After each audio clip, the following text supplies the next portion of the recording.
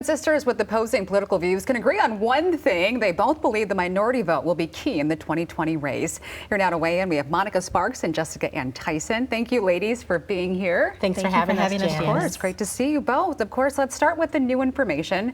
We saw Reverend Jesse Jackson endorse Bernie Sanders this weekend in Grand Rapids. Yes. Do you think that that will help him earn some more of the minority vote? Kind of feels like a ploy to me, Janice. We do know that there was a little bit of contention with President Obama and Reverend Jesse Jackson before due to the Mike speak thing. So I don't know. It doesn't feel natural to me. Okay. Do you have any thoughts, Jessica Ann, on that? I totally agree with her. Okay. That will be one thing that we totally agree on. Yeah. I don't feel that it was a natural thing, but again, amidst the controversy, I can see how. Sure. And we've spoken before. You believe that President Trump has done a lot, keeping campaign promises, funding HBCUs, historically black colleges and universities. Absolutely. You think that will earn him some of this vote? I do, absolutely. President Trump has made many promises to the minority community specifically, and he's kept every single promise. So obviously today's a big day. Super Tuesday 2.0, some are calling it. Michigan has more than 100 delegates that are up for grabs. We saw Bernie Sanders win this state in 2016 against Hillary Clinton. Do you think that he could possibly do it again? Not this time. I think that former Vice President Joe Biden is on a roll. We've seen him win all of those states the past Super Tuesday, so I believe he's going to sweep it this time. And do you have any thoughts that you'd like to add on that? Well, of course, I don't believe that. I don't know who's going to win. I'm not as in tune with that specific race, but I do believe that regardless what happens, President Trump is going to take it home. Yeah, well, I mean, you hear a lot of people saying that they want a candidate to be excited about going to go vote for today. So if Bernie Sanders is not that candidate, is Joe Biden that candidate? And do you think that his history with President Obama could earn him some popularity and obviously some momentum with minority voters as well?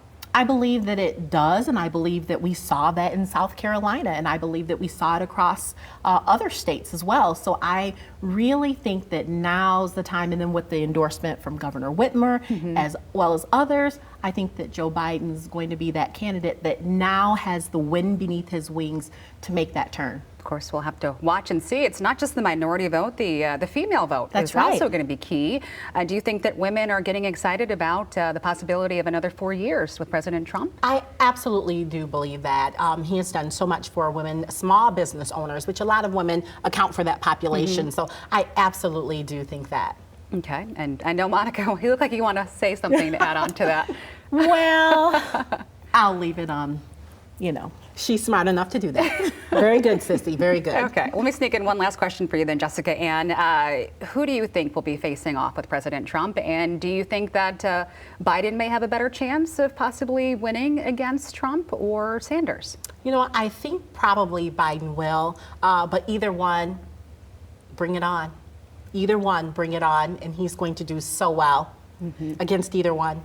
It doesn't matter. Okay, I see that you want to say something. You haven't followed it, but we know from watching the television that there were Trump supporters that actually went to the polls to vote for Bernie because they know that he's the one that could be beat by Donald Trump. So we're looking for Joe Biden because you're watching things on the internet, and just because it's on the internet does not mean it's true. I'm sorry. I'm watching Fox News. Okay, well, you guys have a lot to say. We'll be talking to you more during our newscast at 5 and 6 p.m.